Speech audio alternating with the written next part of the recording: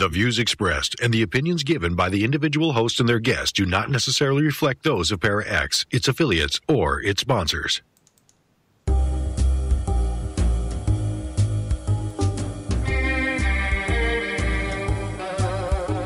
Step outside of your comfort zone.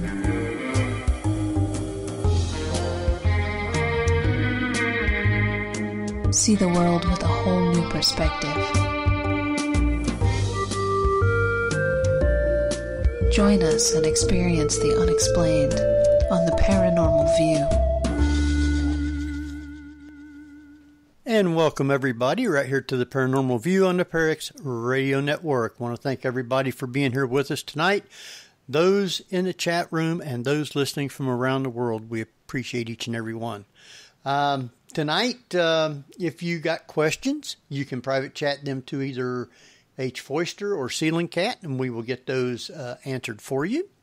And if you're listening from around the world somewhere and you'd like to come over to be in the chat room with all these wonderful people, you can go over to paraxradionetwork.com and click on the Chat Now button and follow instructions, and you'll be in with all these wonderful people. You can talk with them and talk with us and ask questions. But if you don't want to come to the chat room and you got questions, you can send a question to us to the paranormalview@gmail.com, and we will get that answered for you. Also, tonight, I haven't seen Jeff yet, so he may not make it. He might be working. I haven't heard from him. But we do have Barbara Duncan with us. Yep, I'm here. And we got a guest tonight. She's been on before. And I have, I got a little thing here somewhere. She's even been to a couple of our events that Paranormal View holds in Gettysburg. Always love to talk with her and have a great time. She is a paranormal investigator. She's a Reiki Master, and she is in parapsychology. So I didn't write down a whole bunch of stuff on her due to the fact that it would take me an hour and a half to read everything. So, but I want to welcome Darcie McGrath. Thanks, Henry. I mean, you're into an awfully lot of stuff, and to try and go through all of it, Jeff had probably had it broke down real easy, but I had too much other stuff I've been trying to do and wasn't able to. So, however, we have lots of stuff to talk about tonight, and I guess first of all, you're traveling right now. You just pulled over side of the road and talking with us. Oh yeah. It's summertime. As soon as the thaw hits and the roads are decent, I'm on the road. So that's just the way of the lay of the land, I guess. Well, now when you go to Gettysburg, how long does it take you to drive to Gettysburg? Oh, about 13 hours. 13 hours. That's about how long it takes me to go from here to Florida. Yeah. Yeah. I can see that. Yeah. Yeah. So, you're traveling, but you was going to take the time to be with us tonight, which I appreciate. And you had some things that we were going to talk about. I think one of the things that we haven't talked a lot about is parapsychology. And this, I printed out a thing of what parapsychology is, and it says parapsychology research is largely conducted by private institutions in several countries and funded through private donations. And the subject almost never appears in mainstream science journals.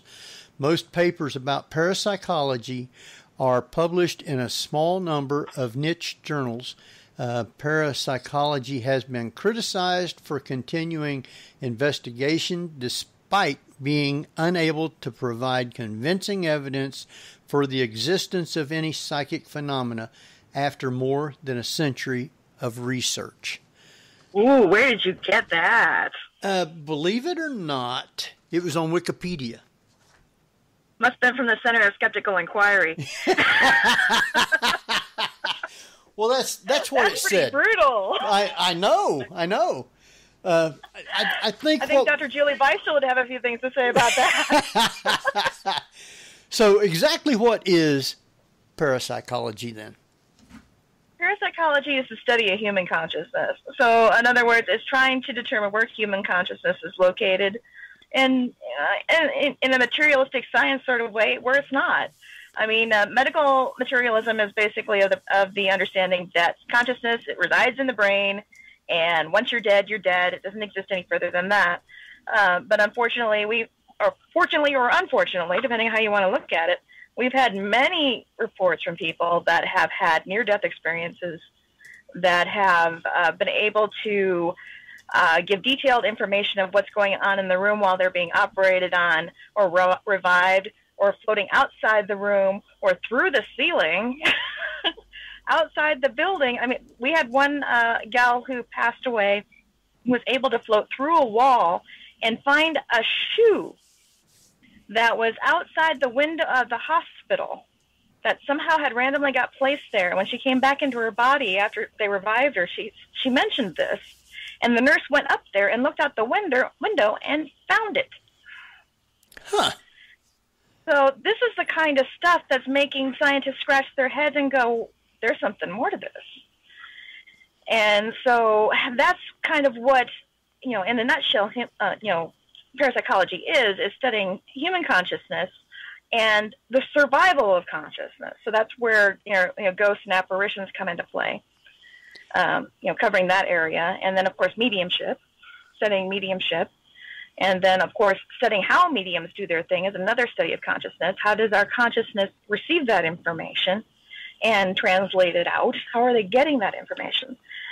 And so you have scientists from across a broad spectrum working on this. And I had the opportunity to go to the Society of Scientific Exploration last, 2 weekends ago, I think we decided on, in Denver, Colorado. We had 8 countries being represented there, as well as, many from the United States and Great Britain, and people from all walks of life, be it quantum physicists to bioengineers to consciousness study researchers that have been at this for a long time, psychologists, psychiatrists, neurologists. It's a very broad spectrum practice. There is no such thing as just being a parapsychologist anymore. It's usually a trait added on to somebody who's studying something else.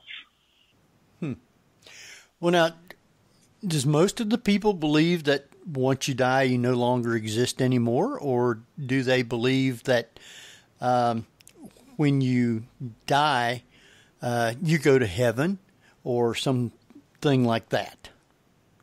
There is a vast spectrum of understanding. I have ghosts telling me that they don't exist anymore. Really? It's really wild. Well, and we're like, well, why don't you go through that door over there? You'd be much happier over there. Why? It'll just be most of the same.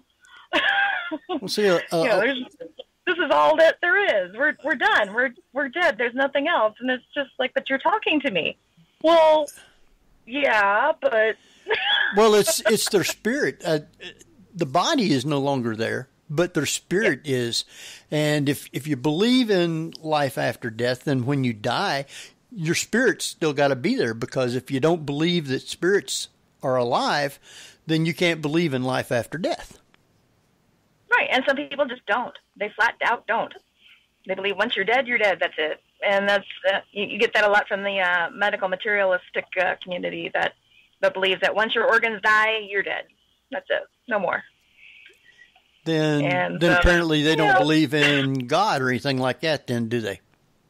Not really. Yeah. No, you'll find a lot of atheists in the medical field, but you'll find a handful of them that are at least agnostic, because they've seen things happen in their patients that they can't explain. Right. So, and that opens up a whole line of questions. I know Rupert Sheldrake. I don't know how many PhDs that guy's got, and biology and biochemistry and physics, and that wasn't enough for him. He still didn't find the answers of what is life, what is consciousness, what comes after this. And so that's when he started applying all those sciences to parapsychology.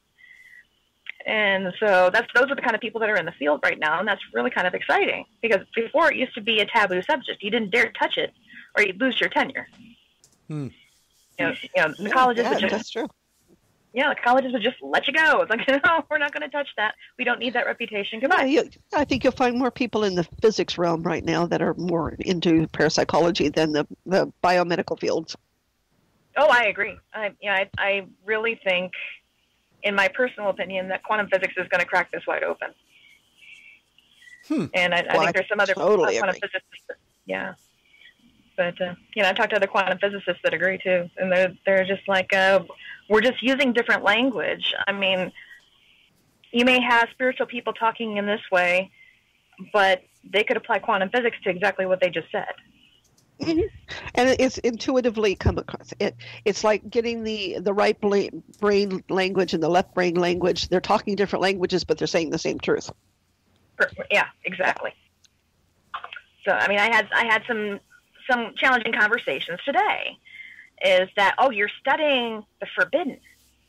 And I'm like, I'm studying the forbidden. What are you talking about? Well, the Bible says. And I'm like, well, the Bible says what?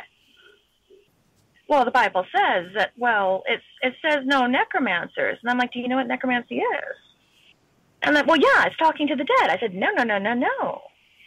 And then I had to go into a definition of what necromancy was. And then they're like, oh, well, I didn't know that's what it meant. And so why did you think it meant what you thought it meant? Well, somebody told me that. And it's like you need to do, a little bit more than taking somebody else's word for it. You need to do your research. You need to back things up, or it can really mess with you.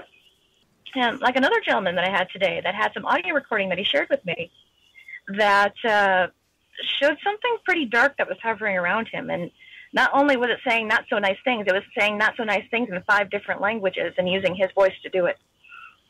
Wow. And I'm just like, okay, now we need to look at this, because if it can use your voice to say these not so nice things, it can get in your head and say these not so nice things using your voice. And that can be destructive. Wow. Yeah, and then in the field of parapsychology, you can discover that humans can get in your head and do that exact same thing. Living humans. It can. Yeah. And if it was using just plain English, I would have actually jumped to that first and said, he's got some serious subconscious work that he needs to do and clean this up, But the fact that it was using 5 different languages that he's never spoken a day before in his life made me think that there's something else tapping in here. And but he was pagan, and he doesn't believe in dark. And I'm like, what do you mean you don't believe in dark? You don't believe in bad things? Well, no, I don't believe in evil. I said, no. I said it was dark. I didn't say it was evil. Evil is subjective. And you can apply a lot of religious overtones to evil.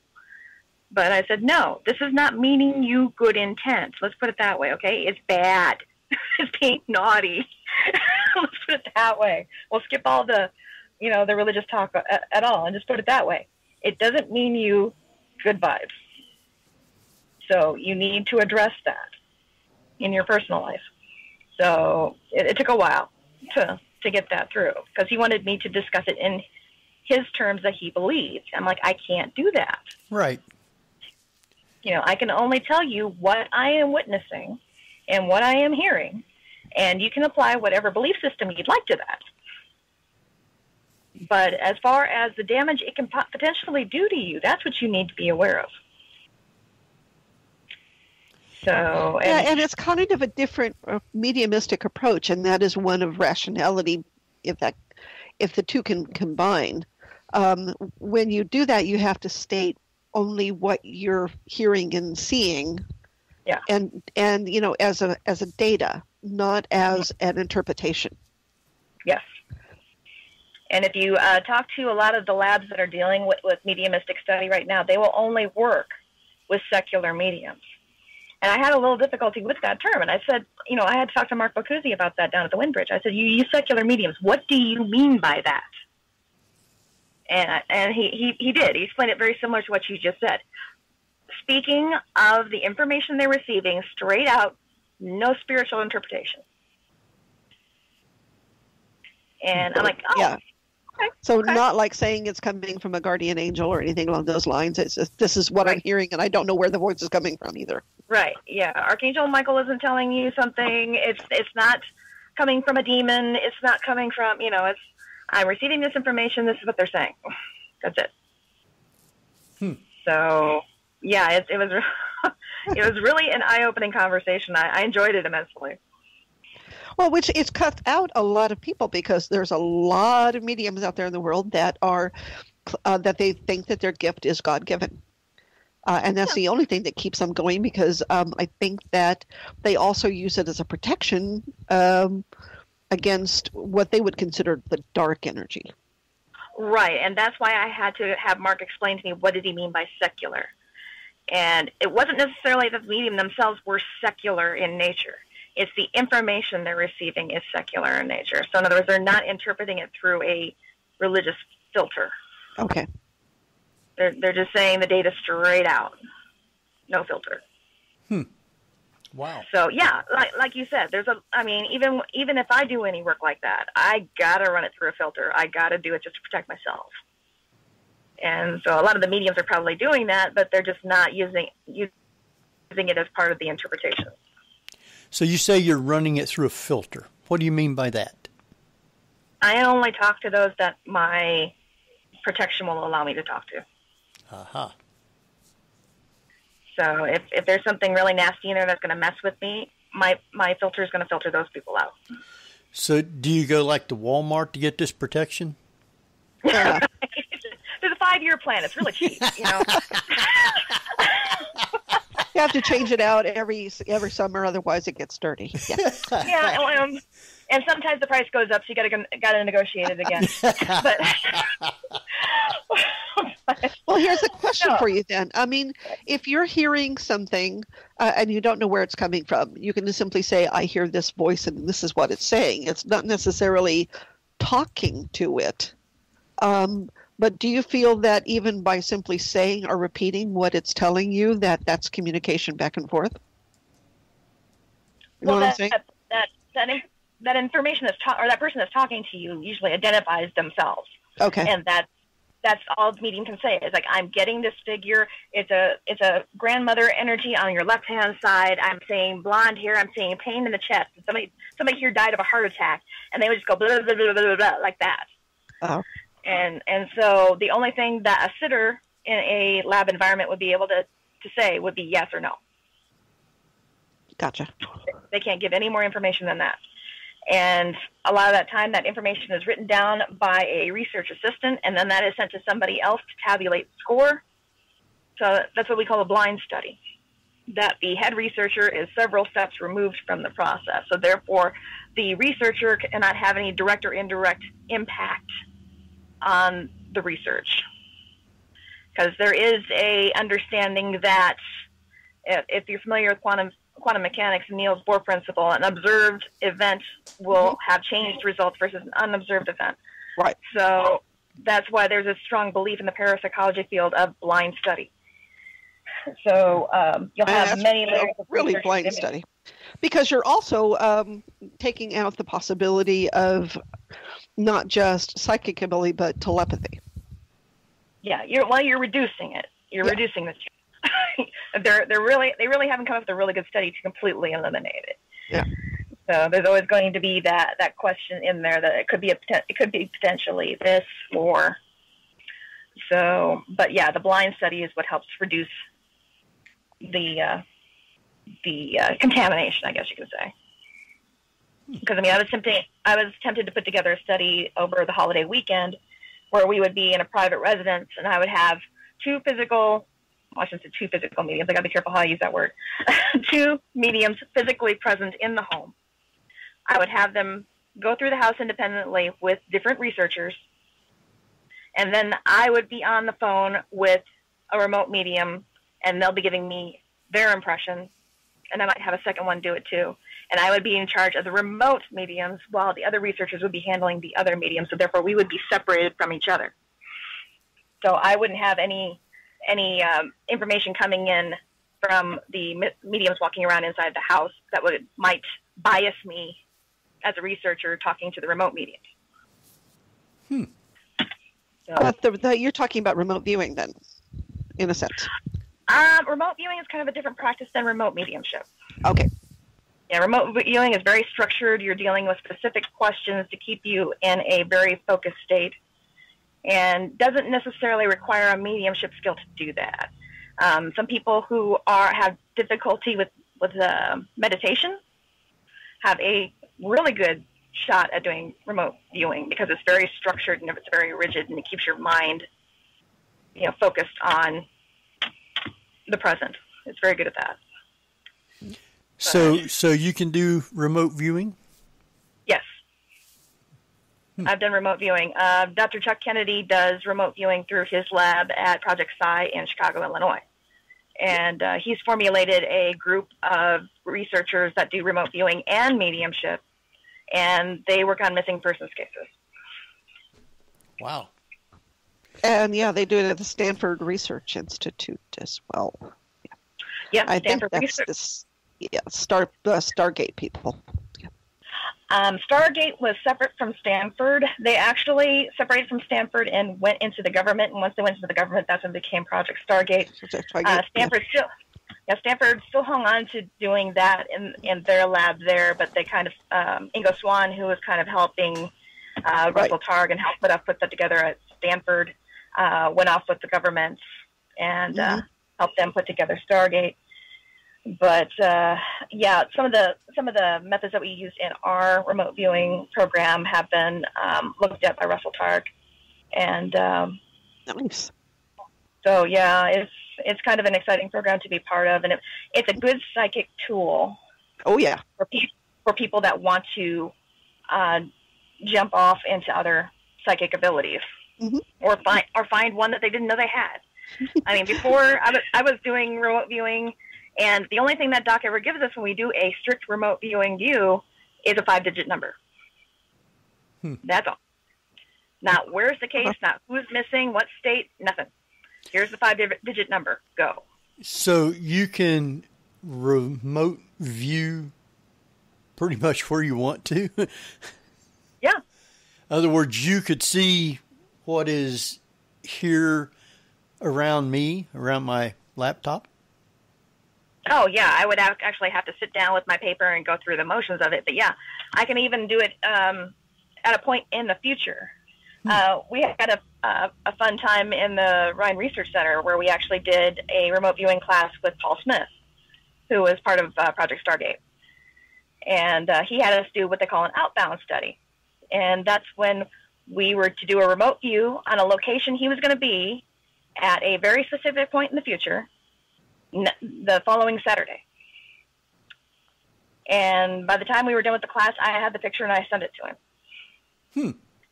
And he contacted me midway through the week and said, now, I just wanted to be clear.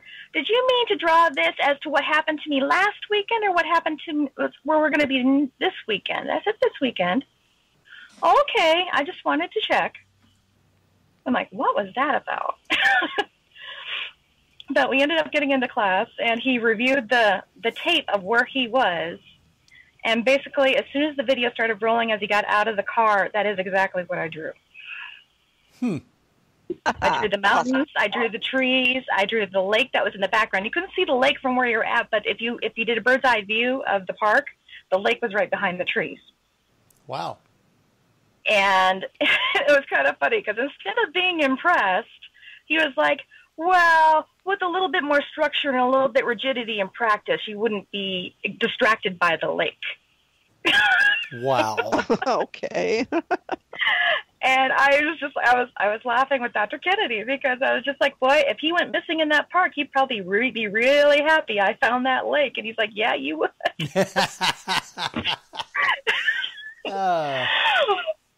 But yeah, that's yeah. Well, then I've got something, you might say a little test kind of.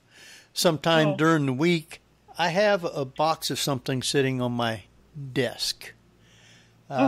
So if you happen to be able to remote view my room here, you might be able to tell me what that box is. Oh, okay.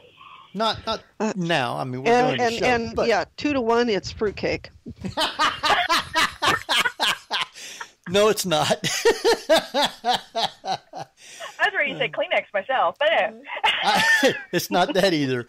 I got a question from the chat room already from Patsy, and she wants to know: have you remote viewed any other planets or the moon? Actually, no. I've only been doing it for criminal research at this time, or with the last exception we did as class. But no, nothing outside the stratosphere now. All right. See, I've never even thought about the criminal aspect of it, although it makes sense. But just to be able to, I know in psychic classes that I've worked in the workshops, where you simply just say, show me where this person is. And I don't know whether that is more remote viewing or whether it is remote psychic, but it certainly does show up pretty well when you simply just say, show me this person. Yeah, well, and in the remote viewing case, in the circle that we have, we employ both mediums. Okay. And remote viewers. So we all of that information filters through a matrix that Doc builds himself through a spreadsheet, and then he's able to find the correlations between the information, if any, and then through that he can get a more clear picture from all of it. So instead of all the weight landing on the shoulders of just one psychic that may or may not have a bad hair day. Yeah. Well, I remember in the Project Stargate program book that I was reading, they were trying to find several hostages that were taken in Iran, I believe. Absolutely. And they were coming up with different things. One was saying they're being held above a grocery store.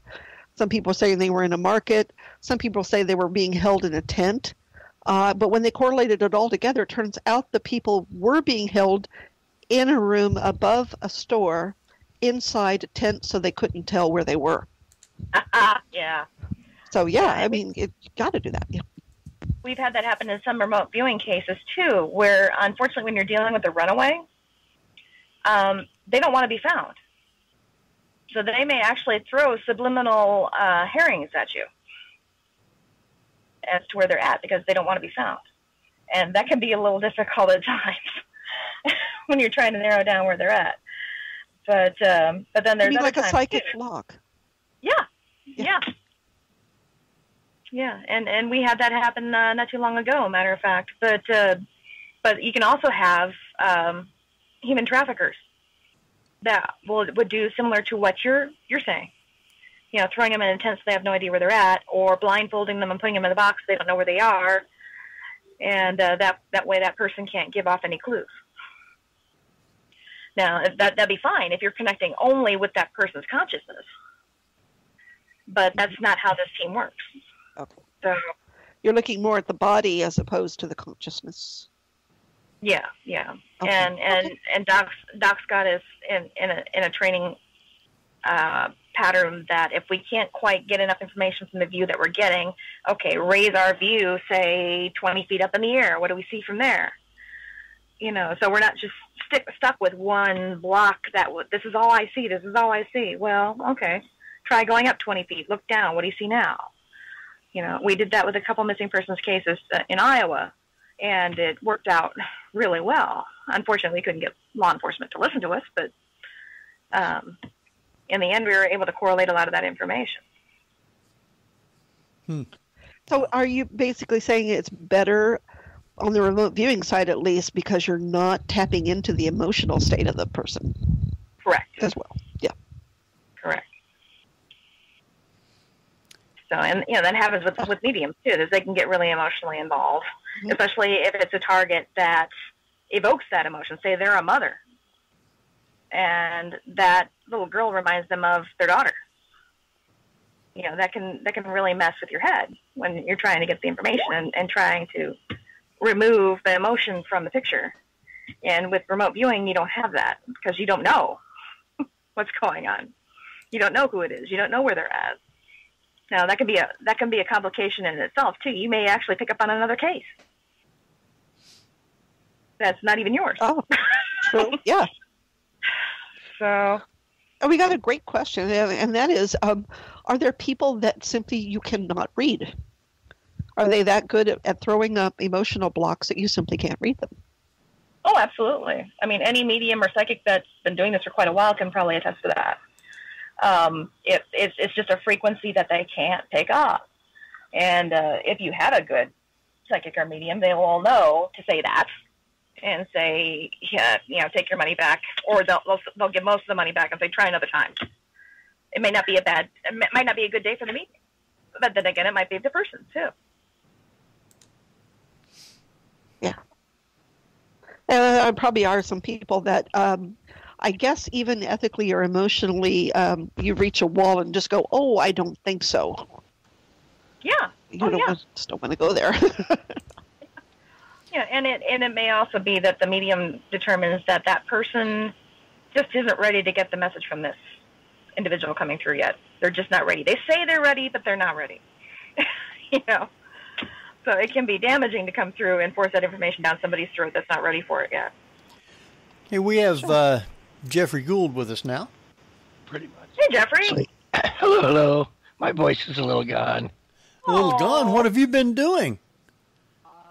Oh, no, it started getting rough yesterday, and today I had a full shift, and 95% of my time at work is talking to people. Oh, wow. Oh, no.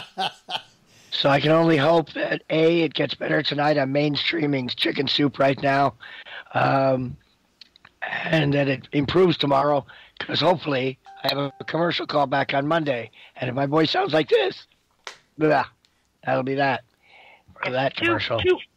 Two words, Jeffrey. Chat room. Yeah. If only my browser. Yeah, really. If only my browser could do the chat room. Oh. I have two browsers, neither of which like the chat room page anymore. Oh, no. Wow. All right. We've got a lot of stuff that we've been talking about, and hopefully Jeff will be able to maybe ask a question here and there, but I'm sure he'll be typing the show up anyway. So. Oh, yeah. Yeah. Well, I want to go back a little bit, and that is the early days of parapsychology, which was the group that was doing the altered states of consciousness, which kind of falls in with what you're talking about, which is separation of the mind and the body. Mm-hmm. To be able to do remote viewing. I think that probably the Yale or the Harvard School of Medicine, I believe, was working on with the sensory deprivation tanks. Oh, altered states. Maimonides? Is that Maimonides? Yeah. Yeah, ASPR, American Society for Psychical Research. Research. Mm-hmm. Yeah, they were trying to do some of that with Alex Janus, and decided they were going to switch over and try to do the deprivation stuff to see if that would improve things with other subjects, not just Alex. But yeah, that they have. You can actually do that today. It's probably more available to people to try to do that today if they want to. They have the salt tanks. Yeah. Saltwater tanks that you can go float in. Some have actually tried the, what do you call it, the Sub-Zero? What do they call that? Where you get into the cryo tanks. Cryo tanks, yeah. Oh, no, thank you. I'm like, no, I don't want to do that. Yikes. But even Graham Nickel, who is at the forefront of out-of-body research, recommended the flotation tanks for that sort of thing. Yeah, it seemed to. Well, I mean, in those days they were also using mescaline, but that's a whole other ballgame. Yeah, that's a whole other group of people. Yeah. It seems to me it's very interesting how for some people they need that kickstart to be able to do out of body or remote viewing. I'm not sure how you feel about the difference between remote viewing and bilocation. And if there's a correlation between the stuff that you're doing with that. Well, if you read the information on remote viewing, and if you ask the people, especially those from Stargate, they will say in no way do they leave and go anywhere. And, bilocation is actually being witnessed in two places at once. So in a way, Right. and then that second, that dual location thing, people are interacting with them. Right.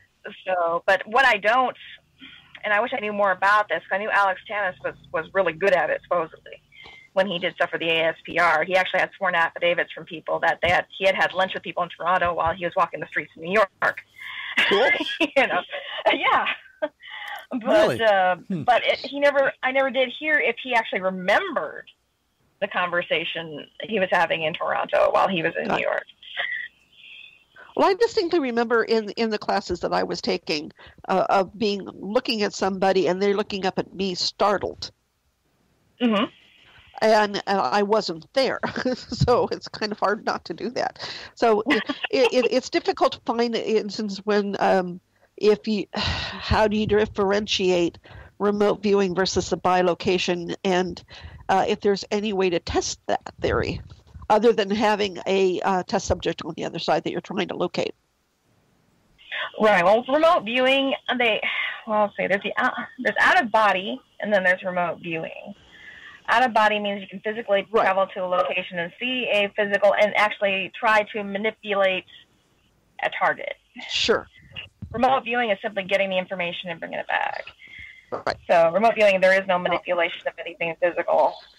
Is there any manipulation happening? I don't ever recall anybody being able to do that per se of an object. You're talking about moving a ball or something to that effect? And ironically, some of those subjects actually reported being able to do that, but there was no physical evidence from the observer side that anything happened. But from their side, they saw themselves moving the ball. Oh, interesting. Yeah. And it's ironic, too, because some conversations that we've had in haunted locations where we've tried to get entities to move things, and they'll say, we are. And we're looking right at it, and it's not moving. So it's Oh, it's, but you, I think yeah. it's, You I think think it's you really go ahead. On their side, it is. Yeah, but if I you're was looking saying on at their physics, side, it may be. yeah, if you're looking at physics, there might be it could, and we're looking at a holographic universe. It might be very well that they are manipulating the ball on their side. It's just that it's not moving on ours. right. Yeah. Yeah. Or it And could be that's what could it that's be like like a difference in the time that it's actually being done, that they're doing it so they see it moving and the people then don't see anything? that could be a possibility too, because we know time works very differently on their side, or so they say. So they say. But I mean, Well, I mean, if time is nothing more than a biomechanical process, then yeah, time would be different because there's no biomechanical process, right? no. Kind of weird. And some would argue that time is just an invention we made up to mark the passing, and be late for appointments and stuff. But obviously, we have a sun that goes up and a sun that goes down. But again, sometimes we talk to those people in that other state, that other place, wherever they're at, and we say, "Is it nighttime or daytime there?" And they'll say daytime, when obviously we're looking around and it's night. All right. And so it's kind of sketchy. But I think the more research we can do in some of this out-of-body stuff, I think we're going to find a very close correlation to that world and the one that the out-of-body people are experiencing. Wow. All right. I think that would be really interesting. Yeah.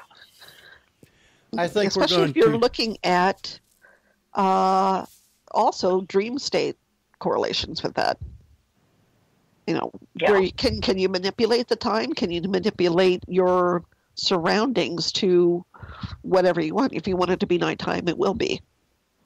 Yeah, if you talk to people that are expert lucid dreamers, they will say yes, they can. But from what I understand, it's really hard to do. It's you got to take a lot of. It's almost like doing an out of body. You have to be really, really practice and do it a lot to get even halfway good at it. And even the people that do out of body right now, they'll tell you it's hard to get common results every time.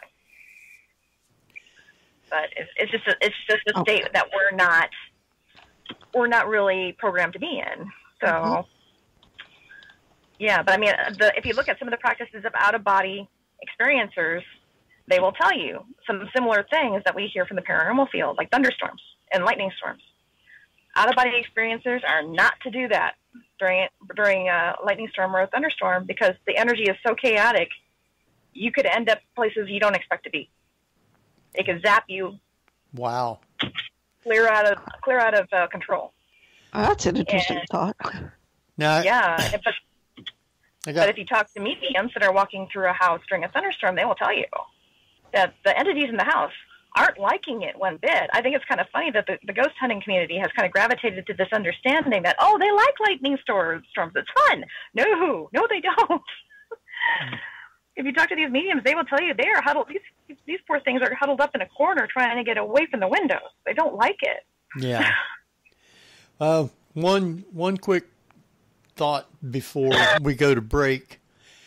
And if you're doing an out-of-body remote viewing, or you're there in the body and your body dies, how do you get back?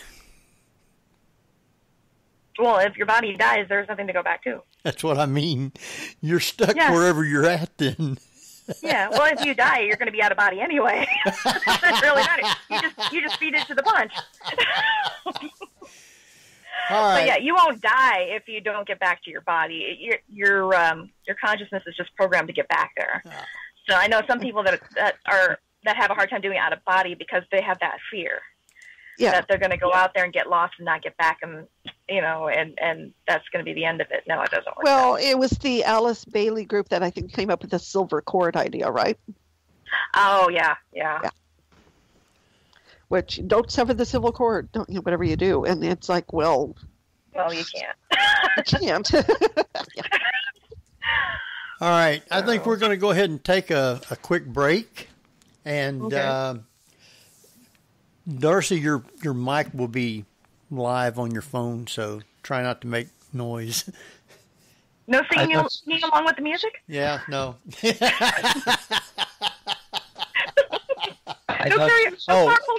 And you probably won't hear anything. It'll probably be like dead air, because since they've changed Skype and everything, it doesn't carry any of the music or any commercials like that. So you may look out and might hear it, but then most of the time they don't. So it's going to be like just a couple of minutes. Won't be very long at all. And Jeff, are you able to take us out, or you want Barbara to do it? Let's find it out. All right. You're listening to the Paranormal View on para-x.com with hosts Henry. What's worse from work? Ceiling Cat Barbara done. I'm sorry. Yeah, I can't. No, yeah, we will be right back with our guest, Darcie McGrath, just after a few messages. Whether you're listening at home, at work, or anywhere, thanks for making Para-X part of your day. Your source for everything paranormal, Para-X. And welcome back, everybody, right here to the Paranormal View on the Para-X Radio Network. I hope everybody is having a great time tonight. Those listening from the chat room and those listening from around the world, we appreciate all of you. Great questions tonight from a great guest, and want to welcome back who has a very hard time of talking, Jeffrey Gould. Hey. All right, and we got Barbara Duncan. I can talk better than that, at least. And we got Darcie McGrath with us tonight. I think Jeffrey's got the perfect voice for this show right now.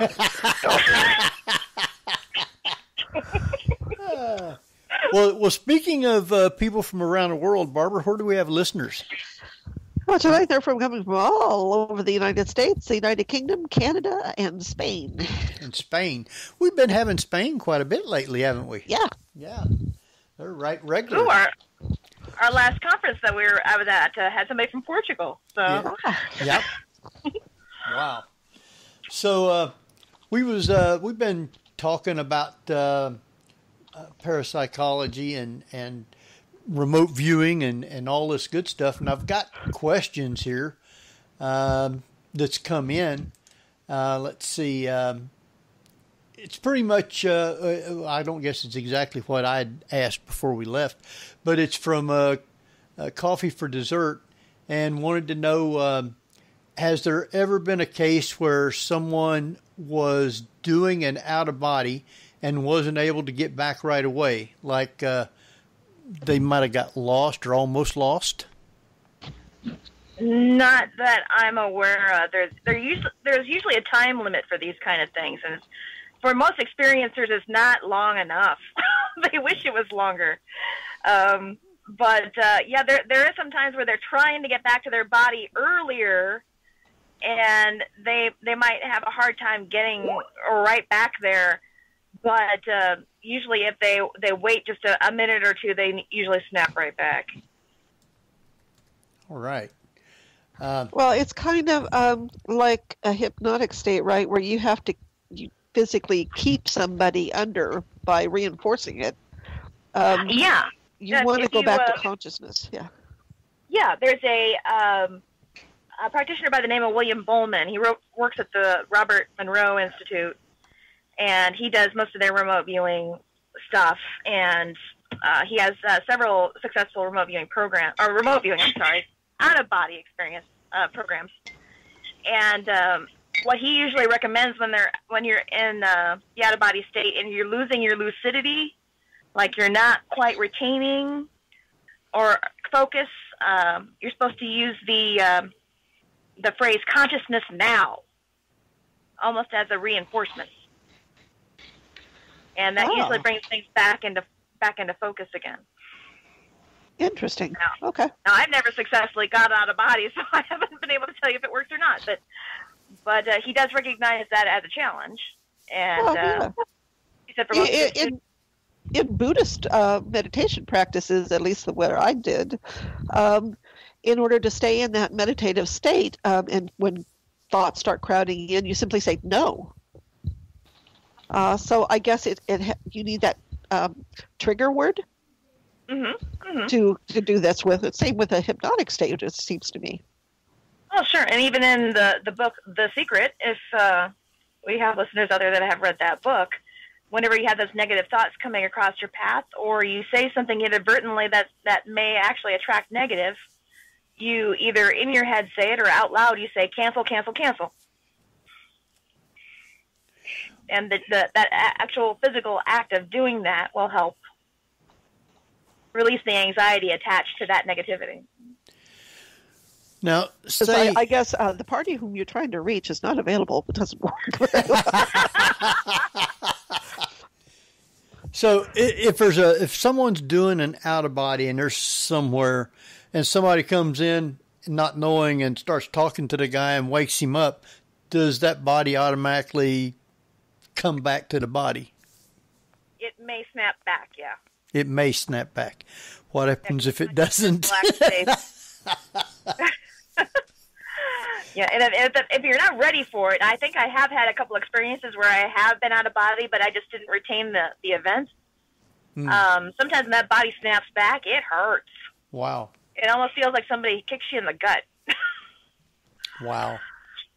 And at first I thought, like, gosh, who's in this room? Who's attacking me? And then I talked to somebody who had actually done out of body on a regular experience. They're like, oh, yeah, you snapped back. That's what that was. I'm like, oh, is that what that feels like? Oh, wow. Okay.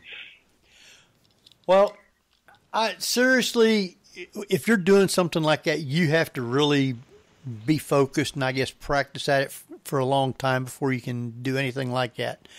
I can't focus on something long enough to do it. Yeah, you just got to find your right trigger method that you want to use. And there's multiple methods, especially if you go through there are many books out there on out-of-body experience or experiments and how to do them. And, William Bowman's got a couple books out there, too. And I think he's got 5 or 6 different techniques that you can try. And it takes practice.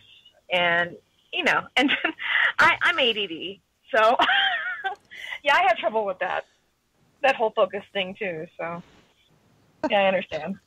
So I have a question for you then, as a paranormal researcher and investigator, and doing this type of work. Have you ever come across what is known as a haunted location that's actually haunted by a living person doing astral projection or out-of-body experience?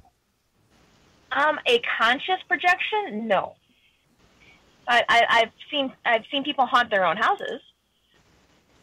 Really? Yeah, the after image, image of themselves is in the environment there, and I've had other people that have witnessed people that they've recognized in the house, as living down the street, but somehow their younger image is somehow trapped in the upstairs bedroom, but it's not conscious, it's not communicating. But there has been, I think Robert Monroe talks about it in one of his books, where he actually did a out of body where he arrived in a house. He was looking for somebody, and he ended up in the wrong address. And he ended up walking through the house, and this little girl looked up at him and started talking to him. Oh, wow. Huh. And he was just as shocked as, the little girl. It didn't faze her one bit, but it completely shocked Robert Monroe. And wow. So he started talking to her. And then the next thing he knows, the parents are coming into the room because she's talking to somebody. And they look up and they see him too. And they're freaking out. They don't know what to make of it. The only one that wasn't freaking out was the little girl. So, Robert Monroe, being the polite guy that he is, found out that he had probably overstepped a boundary and overstayed his welcome, and he decided to politely duck out. Wow. But, that's crazy. Yeah, I mean, his books are fun to read, and it's the early experiments in out-of-body experience. And if you read other people that are doing it nowadays, their experiences are a little bit more fluid than his, because he had these accidental experiences, and he was still trying to wrap his brain around what this was all about. Now we have a little bit more of a lab understanding of it anyway. Got another question from the chat room from Nyla. Excuse me. And she said she can travel to her sister's house 4 hours away in her mind. So would that make it easier for her to do actual out-of-body experience?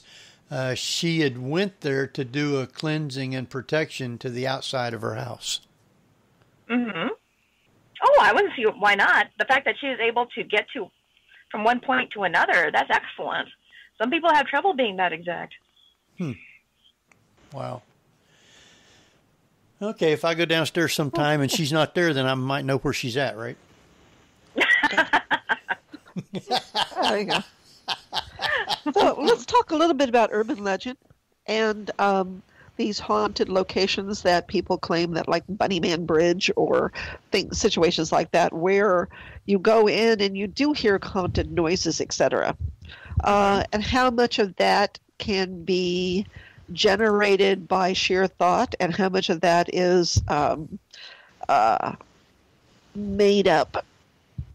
I mean, because obviously our subconscious does quite a bit. Oh, yeah. I think if you have a number of people that are believing in a certain series of events, they can actually make them appear. I mean, we have poltergeists already out there in the field that investigators encounter and researchers encounter that are projections from living people. And it's their subconscious belief that's solidifying this and making it real out there. So imagine how much power you could give something if a group of people actually concentrated in and submitted that information. Now, would you consider a telekinetic just a practice poltergeist activity? Poltergeist activity is what we call RSPK, which is recurrent spontaneous psychokinesis. So that means there's no control there. Absolutely. Yeah, telekinetic is well, and we call it psychokinetic really because telekinetic has a different connotation to it. But Sure. Psychokinetic is controlled psychokinetic is more directed. It's just controlled. And physical. Or at least you're there within the room doing it, as opposed to, I guess, do you have to be on site in order for poltergeist activity to happen? The Nope. trigger person. Nope. Okay. No, I've been the target of a psychic attack before by a poltergeist, and the person was clear across town. Wow. Yeah. So they is it a subconscious projection? Yes. Okay. And sometimes, if people are undergoing, if they're processing a very negative event, they can actually detach themselves from that energy. And that energy can try to will itself into being on its own. And those get really scary. Sure. So what happens? Yeah. What happens when that energy tries to go back home? Usually that person's already blocked it off, so it can't. Oh. It has to willingly take it back in. And a lot of times people don't want it. So the answer is no. But as a result, though, that energy is out there floating around to feed off of whatever it can to survive. And usually it's the energy it's made up of, and it's not good stuff. So it may actually stick around in a house that it's been discarded at and cause turmoil and chaos and aggression amongst family members to feed off of that aggression. So that can get ugly. How would you know there's something like that in your house if you didn't feel the attack to start with? The most easiest way to do that is to bring in a medium and have the medium walk the house. And if they can witness these things happening, and if they have continual reports of these things happening, and the medium is not picking up on any conscious entity there, then that's usually what you're dealing with there, is you have this non-entity that has no consciousness, no thought, no identity. And the only way to get rid of something like that is not to feed it.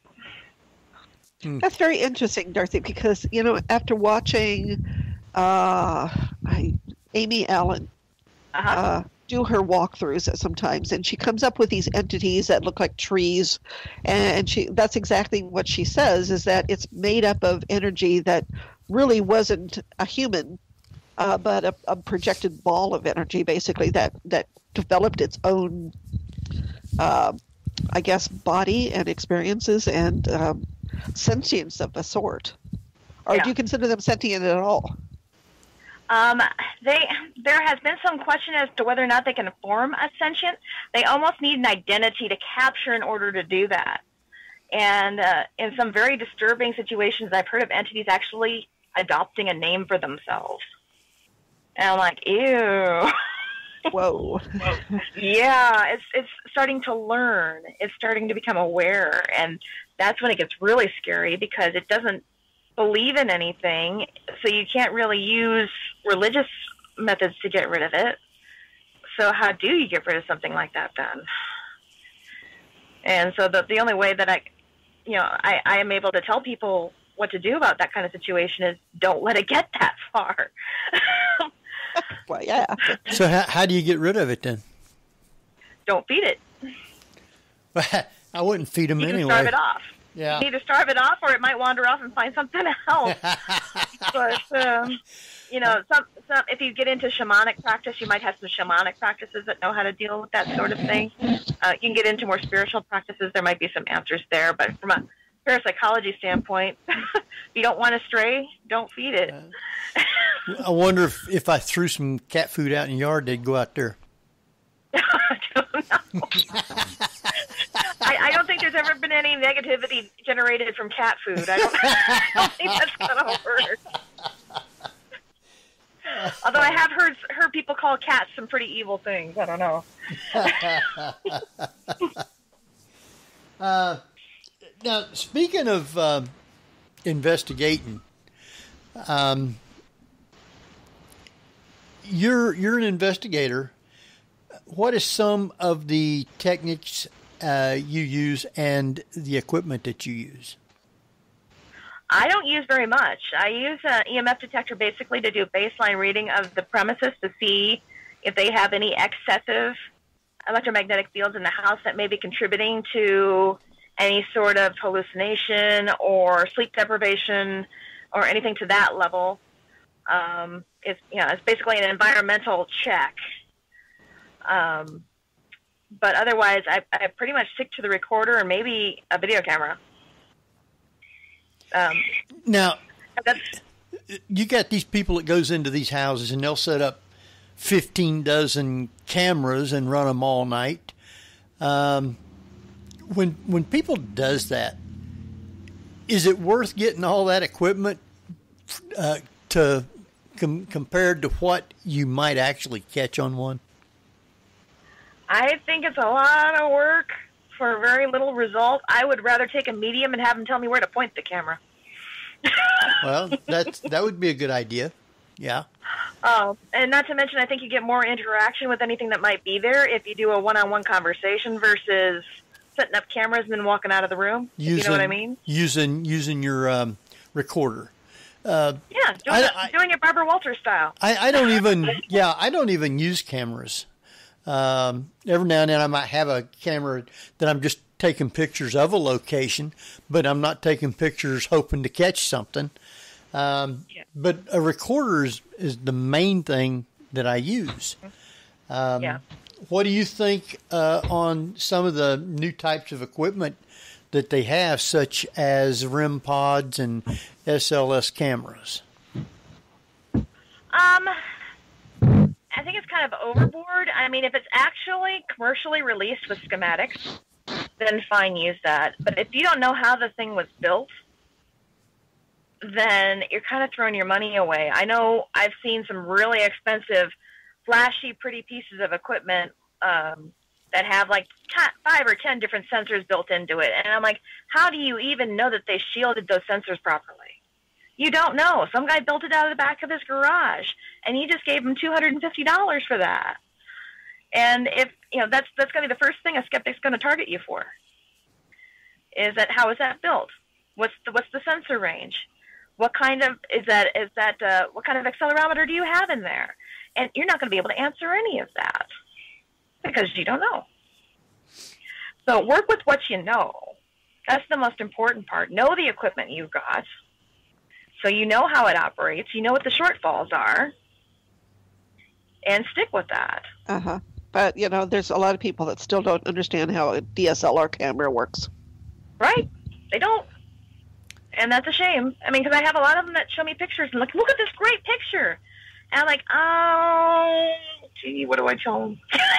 You didn't have your shutter speed set right, and you bounced that flash off of that, They don't want to hear that. They don't want to hear that. No. They want to hear, oh, wow, that's great. But again, it's knowing your equipment and the conditions in which you did it in. I mean, I have people that try to give me audio and want me to listen to it and ask for my opinion, but I'm like, I wasn't there. I don't know who was in the room. I don't know what the traffic noise outside was like. I don't know what the carryover noise is from downstairs. I really can't say much about that, So, I'd say the number one thing is if you're going to have equipment, know exactly how the equipment works and know what anomalies it can throw at you. Well, let me ask you then, do you believe that it's ever going to be possible to have a lab-grown entity who's going to stand there and be able to capture what you know to be true EVPs in a sound room? That can be complicated. Yeah, I can't say. No, it's difficult to it's like field research versus laboratory research, and at some point you have to develop a field research process. That if you want to study how a species migrates or how a species acts in their habitat, you have to go to that habitat. You can't do it in a lab. So, is it the difference then between lab-grown experimentation versus field research? Well, there's definitely a big difference between the two. But the other thing we have to realize also is we've never got down to the core of what a ghost is made up of yet. Very true. We only have guesses. And you have people that'll shout from the mountaintops, they're EMF energy. We don't know that. Yeah. There's never been any white paper written that says for any definitive purpose that's what our energy is made up of. I mean, we have some talk going on in the quantum physics field about subtle energy or subtle matter. And there's still a lot of skepticism in the field and within their own community as to whether or not that exists. And because they don't have a way to measure it. They don't. And it could be that the energy that we're talking about, that these entities are made up of, we don't have the scientific ability to measure yet. True. So it's not impossible. It's just not within our capability right now. So what? But yeah, we can speculate, and I guess that's pretty much all we can do. And we were speculating about black holes for years because we couldn't actually see them. We could tell what the effect was, but never actually be able to see or quantify what a black hole was. Yeah. So now we're getting better at it. We're getting better at it. Yeah. So, as our understanding grows, the more we'll be able to build the instrumentation, be able to test such things. But it's going to take removing a little bit more of the stigma from the field, and maybe quantum physics might actually give us some tools on what to do with that. I get a little frustrated sometimes because quantum physics is so busy looking beyond our stratosphere to test theory, when I think they have plenty of places they could do it right here. But again, they're probably going to get a lot of violent pushback from their own community if they try. Oh yeah. Well, there's still a lot At of least for now. there's still pushback today as about what free will really is and what consciousness is. Mm-hmm. And you're never going to have an agreement, at least right now anyway, if there's even such thing as a free will.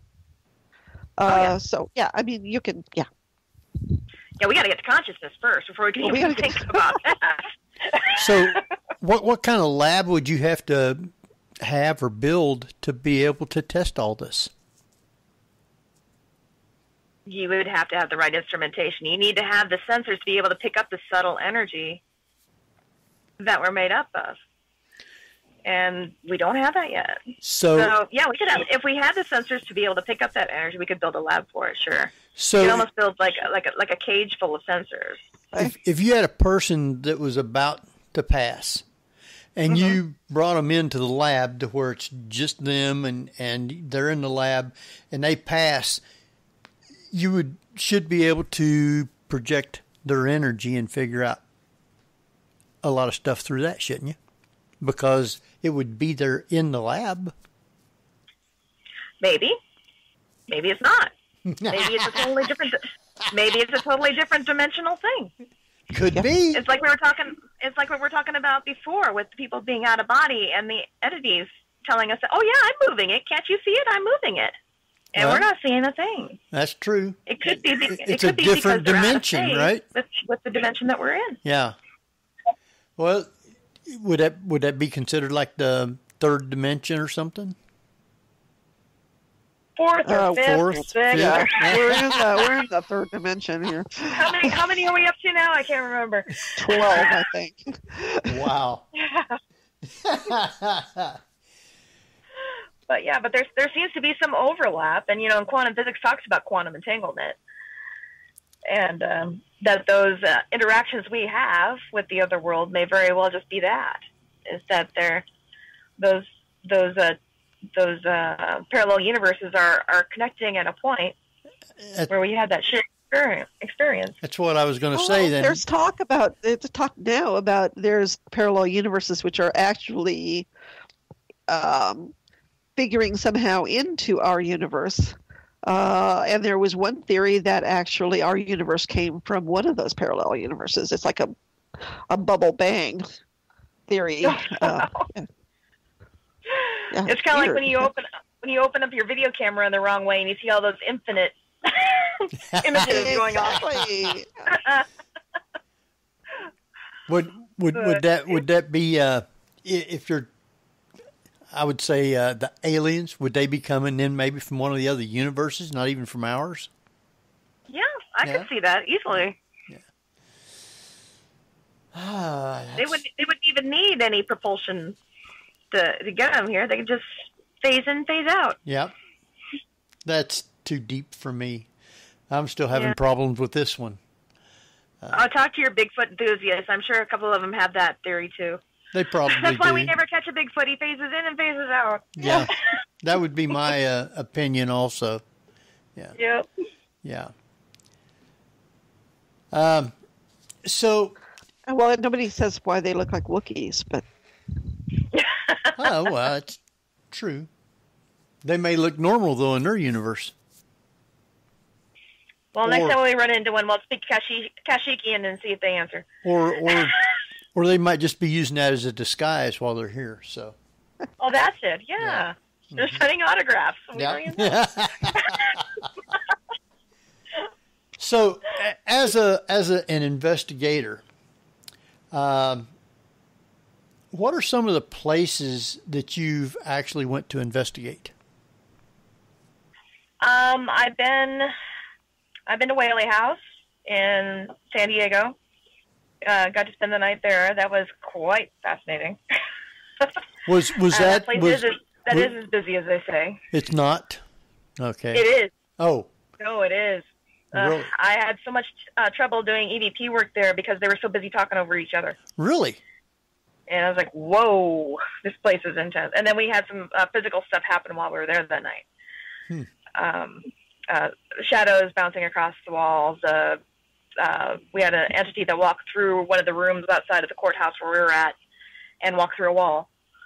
And we thought somebody had come in off the street because it's kind of a bar hop district down there now. And so it's kind of noisy. That was kind of annoying.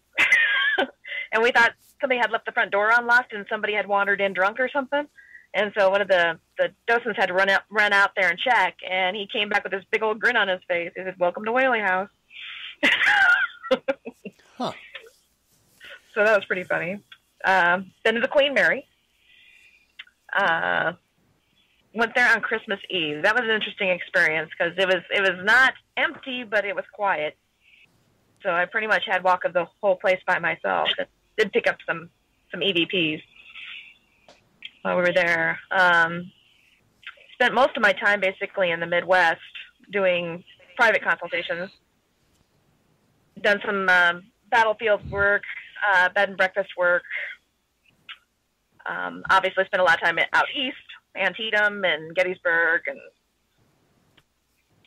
let me think of anybody else. St. Augustine. You got to go there?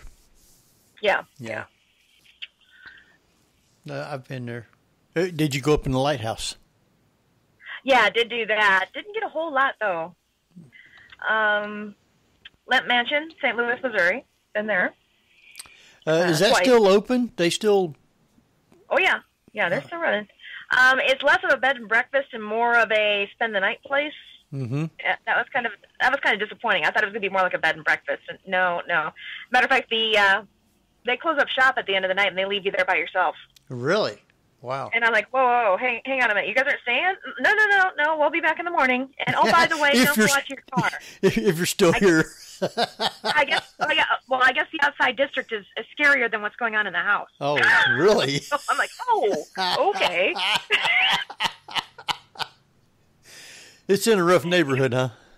It's in a rough neighborhood, yeah. I don't go to those places. That experience was really interesting because we were actually there a week before TAPS got there. And they did their hour special there. And I think and this is to show how long ago it was, so I'm dating myself. We had about 4 or 5 DVDs full of stuff that we had picked up. Audio-wise, very little video, more audio than anything. And so it was really kind of surprising when TAPS did their reveal. They had, next to nothing, just nothing. Well, isn't it like that, though, when you go on investigations? One night you might go and get a lot of stuff, and another night it might just be totally real quiet. Well, and we're not going in with a full sound crew either. Right. Well, I mean, that's... We're kind of going... There's places that you can go to where one night you may not get nothing at all, and then other times you'll get, 4 or 5 or 6 different things. Easily. I think a lot of that has to do with the personality of the investigator, too. If you're coming in with a rough and tumble attitude and the entities aren't up for that, they're not going to come out. Right. That's true. But if, say, you do a lot of quilting and 3 of the ladies of the house that are in spirit do quilting, they might be attached to you and follow you around. Huh. So it all depends on if those entities can find common ground with you. But if they can't, then they're not going to come out. Or if you're totally polar opposite of them, they may not come out at all. So it all depends on what you're asking of them too. I mean, I see a lot of people that will go into a place, slam a door, throw this, yell, say something, do something. They always want them to do that. You ever notice? Oh, yeah. And I remember the place I studied for 5 years. It was a bed and breakfast. The entities there were very cooperative, at least with me. And I actually had one of the entities say, "What are we, circus performers?" Just like, yeah, you don't. Wow. Now, do you notice when you go to do an investigation, if you're with a large group, do you think that because of the large group, most of the time you won't get very much at all? It'll be difficult to weed it out. Okay. I mean, you won't know who's making that noise or this noise. And I remember I had an invite to go to a place that was a retired tuberculosis ward, and they brought 15 people along. And I'm like, and this was like a 5-floor facility. And I'm like, okay, so who's got the walkie-talkies? And the guy that was heading the thing up says, walkie-talkies? We don't need no stinking walkie-talkies. We've investigated here for years. We've never needed that. And I'm like, what if something goes wrong? What if somebody has a panic attack? What if there's a medical emergency? What if there's a security concern? What if somebody's walking on the same floor as somebody else and they're not announcing themselves? And there goes the whole night, the whole hour audio session you were just building up to. Right. He didn't get it. And it's just like, no, you got to have controls in place. And we talked about that in Denver because some of the people that were parapsychologists, believe it or not, some of them actually did do investigating and some of them still do. But they will only go with a marked number of people, and that is it. And I agree with that. And it's going to be so hard to weed out the background noise, somebody's stomach grumbling or somebody shuffling their foot or bumping a door, not meaning to, and they're going to be embarrassed and not say it was them, It's complicated when you end up with a large group. Well, I know we had quite a few people 2 years ago, I think it was. We did the Fairfield Inn, and a lot of the people booked rooms to stay at the Fairfield Inn. You had one also. Even though we had quite a few people, were you able to actually get anything from there? It was rough. It really was, because it was difficult to tell if there was noise bleeding through from downstairs or not. I think the biggest issue we had was baselining each room before we started. Right. And baselining, EMF. Right. Because people were jumping and getting excited over EMF jumps and fluctuations, and I'm like, did you guys baseline the place first? And immediately you're like, oh no, we forgot. And so, screening each room before you go in, and there are quite a few rooms in that place. There is. It's a large place, and we had a lot of people. I think mainly when we have a group that meets up there at Gettysburg, usually it's mostly for the fun of being able to be with everybody. You aren't actually expecting to get a lot. Just because of that, because everybody's fanned out going everywhere. But every now and then you can capture stuff. I just think sometimes we get a little too focused on one instrument. Right. And I know we were in one of the bedrooms for one of the nights, and they spent 15 to 20 minutes talking to the EMF detector, only to find out there was a ballast under the bed they didn't know about. And it's just like, oh... so then everybody got frustrated and they're like, well, let's go to the next room. There could have been something there. There could have been. But, that kind of blows the fun out of everything, unfortunately. But I think the best we got out of the entire evening is that we had 3 independent mediums walking through the same room and without even correlating with each other, picking up on the same entity. Yes. That's that was the holy grail for me. the mediums were able to talk with a lot of the spirits, and I'm just sitting there. Well, they're standing right there in the corner. They're doing this, they're doing that, and I'm sitting there looking. I said, I don't see anything. I don't feel anything. I don't hear anything. So I have to just, with a grain of salt, go with them telling me that, and I can't corroborate it, But if you get 2 or 3 mediums telling you the same thing, then there might be a grain of truth to it. Yeah. Well, and I had the opportunity before we went in there, too, a couple of weeks before, of talking to the night manager and, getting the lay of the land and talking about how we were going to, how potentially we were going to do this and what I was going to be looking for. And so when the evening came to an end and I had mentioned what the mediums were seeing, he was like, oh. And he walked over, and there was this huge barn door leading into the tavern. I don't know if you remember that. Mm-hmm. And he pushed it aside, and there's this picture of this charcoal sketch of this woman. Right. And my jaw just dropped. And that's when I grabbed Kat, and I don't know if I got a chance to grab Tina or not, but they both came down, and they were so excited. They were jumping up and down and squealing, and that's her! That's her! Nobody had seen that picture because it was out of sight all night. Right. And so that was could there have been an opportunity where they pulled the door back and looked? Both of them? Yeah, probably not. Especially that was a big, huge, heavy oak door, and Josh really had to shove it to get it to open, or to close it enough to show that picture. But, could I say for 100%? But no, but it really was cool. And as excited as they got, Now everybody's talking about pizza in the chat room and makes me hungry for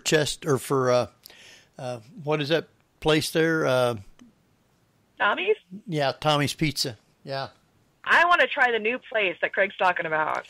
He did mention that. I remember it, but I don't remember where it was at. Yeah, Stone-Fired Pizza. I'm not sure exactly where. Yeah. I seen pictures of it. Yeah. So might have to try that and see if it's any good. I told him I was going to throw him in the trunk, and so he can escape all the crowds, and we'll go down there and get some pizza. All right. Time's going by real fast here. I want to take another quick break, just a minute or two, and we'll be coming back here in just a minute. So, Barbara, you want to take us out? Sure. I think Jeff ought to save his voice. Yeah. Yeah. Folks, you're listening to the Paranormal View here on Paranormal. I sound like my own EVP. You sound like your great-grandfather there, Jeffrey. Okay. Folks, you're listening to the Paranormal View here on ParaX Radio with our very special guest, Darcie McGrath. We'll be right back after a few messages. ParaX Radio, programming for the open mind. And welcome back, everybody, to the Paranormal View right here on ParaX Radio Network. I want to thank everybody for being with us tonight. Hope you're enjoying the show. And just remember, if you do have questions, you can private chat them to either H. Foister or Ceiling Cat, and we will get them answered for you. So I'm not going to make Jeff talk, but Jeff is with us. And we have Barbara Duncan. Yep, I'm here. And we got Darcie McGrath.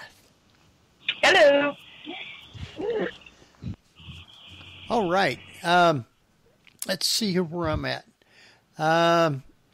We haven't talked about, you also teach at a college. What do you teach, and what all do you do at the college? Well, actually, I've moved on from the college.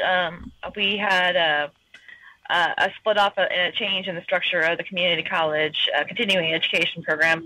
So most of my stuff is done online or in person anymore.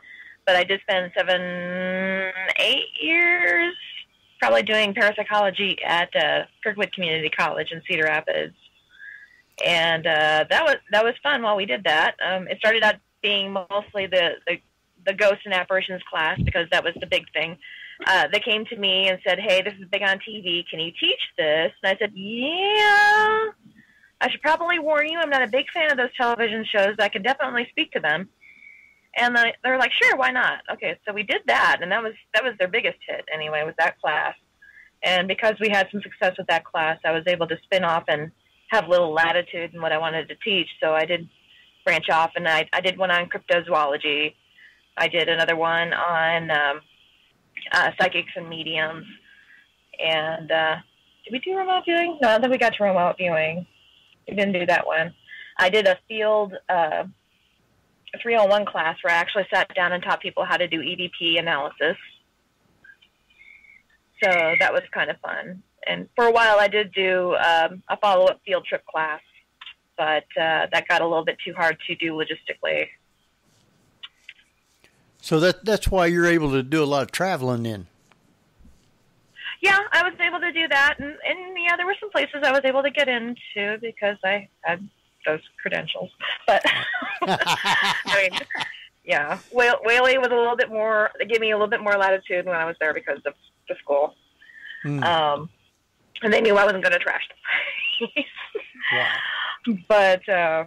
But yeah, it was fun to do that, and I do enjoy the teaching part of it. And I did do some online stuff. Unfortunately, I kind of missed the interface, though, the personal interface. Right. Of seeing the light bulb going off or the light bulb not going off, and realizing I needed to redirect. So that's kind of fun, and I might actually get to having maybe some localized classes and maybe just webcamming those and having people log in and join us that way if they want to do that instead of being there in person. And I can still have that interface, and they can still see me. Wow. Well, if we had cameras and did it that way, they'd be able to see you tonight, but we don't do it with cameras, so. It's okay. I got that. And you can go back and find out what the heck happened to Gabe and Walker's in Iowa City. Oh! Did something happen? Well, it's not there anymore. I don't know whether it's still there or not. And that was downtown Iowa City. Oh my gosh, that has changed so much downtown now. Yeah. That's a lot of things. That's where Barbara's from. Yeah. I went to college in Iowa City. Yeah. And well, that may be where I go back. What's that? There was a great parapsychology group there at one time in Iowa City directly, but that was years ago. Well, I have some of the researchers in Denver that were actually hinting that I should go back and get my PhD. And I had, for a moment, dreams of grandeur of bringing that parapsychology lab back to Iowa. Yeah. I'm sure the basement is still there. Yeah, more than likely. I don't think any of those buildings are getting torn down soon. Right. Well, now there's another thing that you do that is up Barbara's alley. You are a Reiki Master. Now, is there higher steps after a Master, and is there different types of Reiki? There's add-on to, you can get a Karuna Reiki degree after you do your original Usui Reiki up to Master. Only after you get through the whole Usui program can you do Karuna, which is kind of like a Hawaiian-based Asian hybrid. Yeah, there's many different kinds of Reiki. It's splintered off into this really huge, business. I've seen Celtic Reiki, and I'm like, Celtic Reiki? I've seen, there's one that a local friend of mine is doing. It's Karmic Reiki. And it sounds like Qigong, which is kind of a Reiki in a way, but the Qigong people can remove blocks. Yeah. So, the good demonstration of it was he had a demonstration I saw. A woman stood up. He had her hold her hand out, and they kept pressing down on it, and he would say, "Mother," because she had issues with her mother, her hand would fall until he finally was pulling that out to the point where she could stop him from pushing her hand down. That's kind of muscle testing almost. Yeah, muscle testing, which sounds kind of what you're talking about with the karmic Reiki. Yeah. But she added more symbols on top of the original, and I'm just like, oh, okay. So, I mean, I'll, maybe one of these days I'll peek in and see what she's working on. But one of the things I love doing with the Reiki, though, is before I attune them, I'll have them stand across the room, and I'll have a pair of dowsing rods with me. And I'll hold the dowsing rods, and I'll say, okay, now see if you can project your energy and see if you can get these to move. And most of the time, 9 times out of 10, they can't move anything. Nothing moves. And then after we do the attunement process, then I have them try again, and the rods move, and it freaks them out. They're like, oh, my gosh, something happened. So they can see something measurably and definitively as a result of the attunement. So it's kind of cool. When you get to the point where you can draw the symbol on somebody's back, and they say, why are you putting your finger and drawing symbols on my back? And you're not touching them? Then you got it. Really? Huh. Yeah. And they can feel it, and you aren't even touching them. Right. Yeah. Wow. So Reiki is really interesting. And I remember when I got into it, because I had a trusted clairvoyant friend of mine that did readings for me, and she says, "Boy," she goes, "you have a hard time with keeping your energy to yourself. You tend to give it away to anybody. You don't have any left for yourself." And she says, "You need to learn Reiki." And I'm like, "Reiki, what's that?" And she's like, "I don't know." Like, you don't know.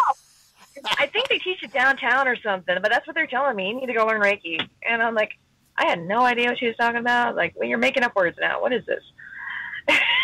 So I went downtown and I took the class. And after I took the first class, I finally understood why I needed to learn the Reiki. It's just because you're not giving away your own energy when you're doing Reiki. You're bringing the energy down and out through you, but it's not taking anything from you. So you can give as much goodwill and intent to anybody that you want without depleting your own. And so I thought that was pretty intense that she was able to tell me where to go and to do this thing, but not even know what it was. Wow. Go ahead, Barbara. I was thinking that was pretty spontaneous and great, It's like somebody channeled some energy there for you. Yeah. Oh, yeah. So. Yeah. So let me ask you a question as a researcher and as a parapsychology student. And that is, do you feel like they say with the researcher, as we talked before, about the researcher who's observing the experiment becomes part of the experiment? Mm-hmm. Do you think that as a active paranormal investigator, that when you step into a haunted location, you're part of the haunting or part of the experience, and that, does it enhance or take away from the research? Yes. Yeah. What? It does. It depends on what state you're in. It's kind of like when I was talking about the student before that was getting all the goobly-goth and stuff in his EVP. Yeah. I asked him straight out. I said, I'm getting the impression here that you're dealing with a lot of anxiety and depression right now. And it took him a long time to fess up to it. He was like, oh, the house was really depressed and anxious. I said, no, I'm not talking about the house. And, oh, well, no, I won't go back to that house ever again. Don't you worry about that. I'm like, I'm not talking about the house. I'm talking about you. And finally, I got him to fess up saying, yeah, I guess I've been dealing with a little isolation and anxiety lately. Yeah. But yeah, I know. It's showing up in the EVP. It's actually saying that. Wow. And it was literally saying something to the effect of, you're going to die alone. Really? Yeah. Worried, And somebody else followed up and said, worried. And it was right there in the EVP. And so his emotional state was impacting the feedback he was getting. Huh. Let me ask you, do you use the Ovilus at all? Have I seen it? Have you used it? Yeah. No. Because I was wondering if in those states that a person could project their own emotions and thoughts into the ovulus and have it come up speaking, and they're thinking it's an EVP or they're thinking it's a spirit. I think it's possible without knowing the schematics of the ovulus, and since it's a proprietary design and I'm not allowed to see it. We're not allowed to take it apart. Right, yeah, well, especially when you're paying, what, $200, $300? Yeah. But I would love for somebody to do that. Maybe I should see there's an open box, open container thing on YouTube or something. It's actually done it. But just to see what sensors are in there. We have lab results of people that can affect random number generators. Oh, yeah. And so I can't see it would be much of a stretch for somebody to affect a box like that. And, make the words come up the way they want them to. So, and, not pending.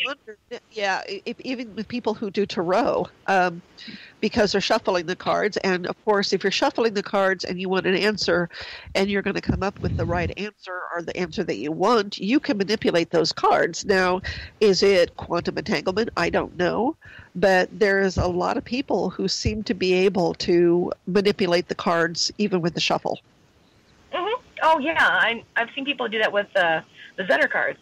Oh, yeah. That they use for ESP study. They can make certain cards come up. And, of course, the people at Vegas don't really want those people showing up. but yeah, people at the Rhine have done that in studies where they've been able to make things show up on roulette wheels, make things show up on random number generators. Even Dr. Roger Nelson from Princeton just published his findings in Global Consciousness in his book, how he had the random number generators placed all over the globe, and he would measure the state of the global consciousness by what the random number generators were doing. And he could tell when there were things such as electing the new pope, that the select random number generators throughout Europe would act differently than the rest of the world. Wow. And then his biggest study, of course, was the 9/11 study, where the random number generators started acting up 4 hours before the first plane even hit. Really? Yeah, it's really, really remarkable. And it continued to peak for several days after that. Wow. So it was definitely, something was affecting those random number generators. One can only speculate it was the global consciousness of the world. And a matter of fact, they even asked for the global number generator study to be renamed the EGG, the Electrogaia encephalograph. Okay. So it was the instead of EEG for humans, it was the world. It was the EGG. That's really fascinating to see if it does that with man-made events. Do you find that it works for, like, say, Hurricane Katrina or the tsunami that hit in the Asian continent? Yeah, he found correlations with all of that. Wow. Yeah, and so it was really quite remarkable. And of course, happy events too. Sure. Like the big I forget what the color festival is in India. I forget what it's called. But he had the random number generators spiking over that too. Oh, so happy events just as well, would also, peak those also. Wow. That's fascinating. Yeah. So, I don't think it's much of a stretch at all that somebody can affect a random word generator. It makes you kind of wonder about the transcendental meditation groups that are also sponsoring these meditation groups to try to heal the planet. And they've had some success in doing that, too. Funny you should mention that. Uh-oh. All right. We actually had Maharishi University show up at the SSE this year in Denver. Oh, okay. Yeah. And they did a presentation on transcendental meditation and the measurements they received after certain world events. And it was, I didn't even know they were doing that kind of work there. And apparently they do have a consciousness lab. Yeah. In Fairfield, Iowa, right? They're still there? Yeah. So I've been invited to come down and take a look at that. and see what kind of setup they have down there. That would be really interesting. Yeah. See, but they're really making progress in, or I should say that the foundation has made quite a name for itself these days, trying to network like a global research project, if for lack of a better word, with TM workers. Yeah. So I remember when Maharishi used to be this little small place where they did basically meditation and that was it. And now they have a physics department and everything. And it's just like, oh my gosh. It's really kind of it was a big deal when they were trying to levitate. Remember that? Yep. Yeah. So, they've been around for a very long time. Well, have you ever seen them, what they call raise a table or make it move up and down? I've been involved in several table tipping episodes at the Spiritualist camp in Iowa. That was interesting. I had the full spectrum camera running the entire time, and I still cannot, for the life of me, figure out, unless it's like subliminal muscle movements. It's really hard to tell. I mean, we had that table doing almost a quarter time waltz across that floor. I could not figure out. Yeah. But we weren't doing it all night long. It would come and go in spurts. So, and then sometimes we'd go at it and not get much of anything. So, yeah, it was an interesting experience. I wasn't really used to doing that kind of thing. I mean, I've seen, Ouija boards and, sat in seances before, but I'd never done the table tipping before, so that was interesting. Wow. I've seen it happen one time, and Tim Shaw was leading the thing, and I mean that thing. There was 4 people around it, their hands on top of the table, and some of them wasn't even hardly touching the table at all. But that thing was up and down, walking all around the floor, and yeah, so. Yeah, most of the time we had it spinning. We were it would jump every now and then, but not completely off the floor, and it certainly wasn't levitating. But wow. But that was just our experience, though. Okay, so we're down to about 12 minutes. What place would you like to go to investigate? Oh gosh, that'd be a tough one because I've had some really good experiences already. Like I said, I have one coming up here when I go to Gettysburg. That's the house was built in the 1700s. Which one's that? And it's a private residence. Oh. It's near Frederick. I can't say where, of course. Right. But just the layers of history that would be encountered there will be interesting because we'll have, hopefully, we're counting on having 2 mediums physically at the location, and then, of course, we'll have the remote mediums calling in on that to see. And we'll see if their information correlates. Wow. That ought to be interesting. It's going to be one of those, it's going to be a little bit different than doing, a historical place at Gettysburg, that people pretty much know the history of already before you get there. That's why I wanted the private residence before we did anything else, because, some of the mediums might have been to some of those historical places and have privy information to a private residence, not so much. Well, if you ever come over this way, I'll take you to a couple of places. Okay. There's 2 places that I want to get back into, but I have not been able to. One, I'm never going to get to go back into, and the other one, it's owned by 2 girls, and I bet we did it 6-7 times. And then after the last time, we've never been invited back. And I've talked to them and said, oh, yeah, we're going to, never have been able to come back. But that was really, I mean, there was some wild stuff in that place. And then this other house we got to do one time. And we had a little girl that was talking to us. I mean, we would be asking question. We had a medium there, and she would say, because I was trying to talk to the little girl, because the people that lived there told me that there was a little girl there. And I kept trying to talk to her, and this medium all of a sudden said she misses her mommy. And as soon as she said that, you hear this little girl saying, "Mommy?" Yes. I mean, she said it, and then you picked the recording up of a little girl saying it. Now that's neat. So. We had that happen one other time too, and I think we discovered that they were seeing 3 entities in the house. They were seeing a teenage boy, an elderly man, and then a young boy. And somehow walking through the house, we were able to piece together, this is not 3 separate entities. It's the same entity. It's just in 3 different states of age. Of age, yeah. And that's when we found out that one of the gentlemen that owned the house had dementia. Wow. And that he died, obviously in the dementia state, and that he was still in it even after death because he hadn't right.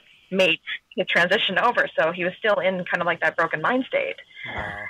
And so it's like, how do you get somebody like that to move over? How do you get them to move on where they can be at peace? How do you do this? And I'm like, I said, nobody forgets their mommy. Right. They always want their mommy. And all 3 of us heard out loud this little boy say, "Mommy?" Yep. And they jumped when they heard it. And it's like, all we can hope for is that, he did go. And I haven't heard anything back from that location since. But wow. But it's interesting. We were talking about anthropological parapsychology, and it goes back to some of the beliefs where there's a split. You can split the soul. Yes. And it's the dementia state seems to correlate with that in a lot of ways. Yeah. Oh, yeah. It almost like fragments. Uh-huh. And it's it's sad to think that somebody could exist for a long time in that state. We had a case down here in Iowa where we were dealing with a wife that had passed away. She had Alzheimer's, and they were having a heck of a time down there trying to get her to cross over. And then they found out that there was a gentleman showing up in the house also, and it turned out it was her husband trying to come back and get her.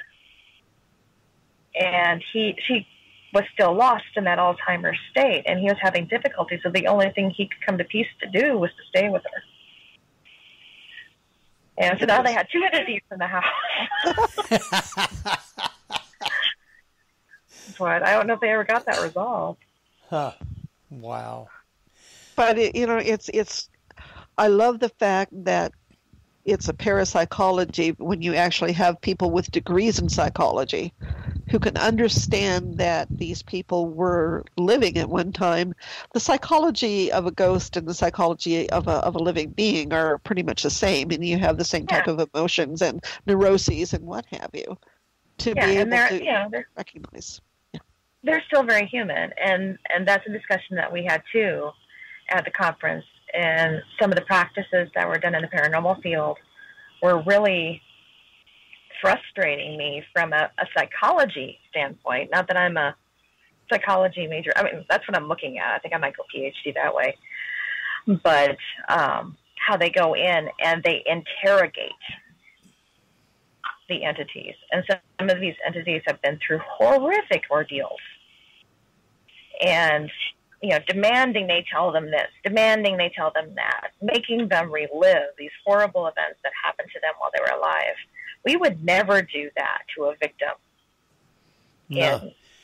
I'd like to see him do that sometime, and all of a sudden one of them spirits just slap him right across the face. Oh, yeah. Oh, yeah.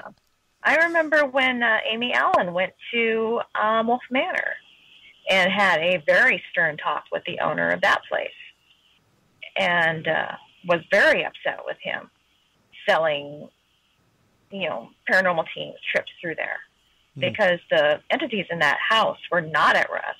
They were still very disorganized, discombobulated, and still in that chaotic state of mental unstableness and victimization. And she told him straight out, it's like, how would you like it if somebody noticed that you were living the most horrific moment of your life over and over and over again, and they had the opportunity to help you, but instead sold tickets. Good. And I was just like, oh, thank you. I was just like, yes. I couldn't believe she did that. Well, some people really had a problem with that episode, but I was cheering. I was just like, yes, exactly. Exactly. Well, yeah, it is a reality show. Let me make you relive your pain, kind of. Yeah. Well, a lot of the shows that are on now, it's like they go in and drum up a lot of fake stuff just for ratings. They don't have a good investigative show anymore right now. Oh no, yeah, it's funny too, because ever since they went to Destination America, and I'm assuming it's been a month or two since I've watched it. I assume they're doing the same.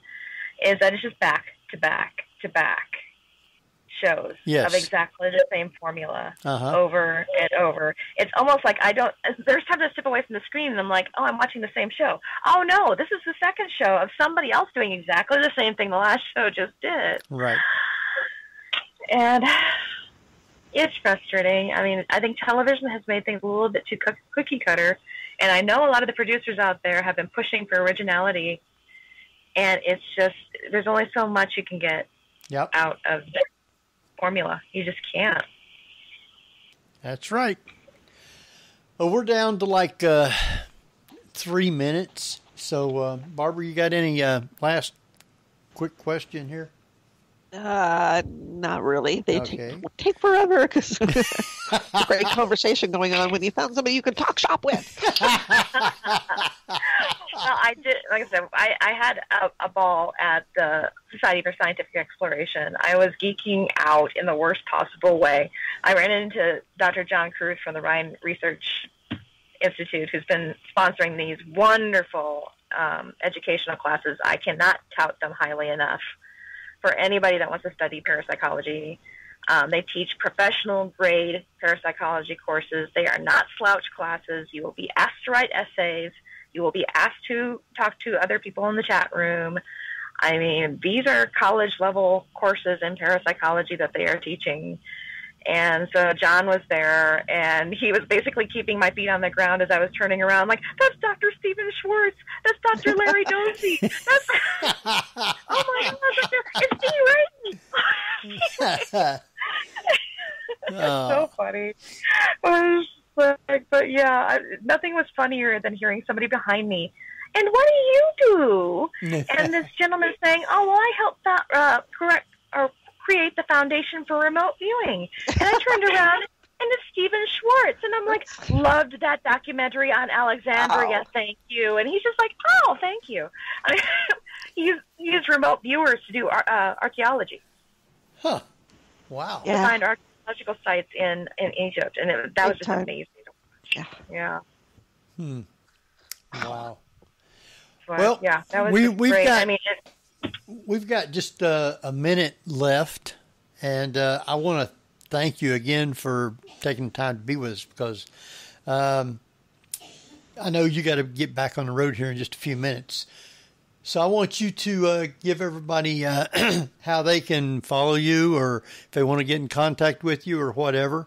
Give that information out, and then why don't you stay on for just a minute till we're off, and we'll say goodbye to you off the air.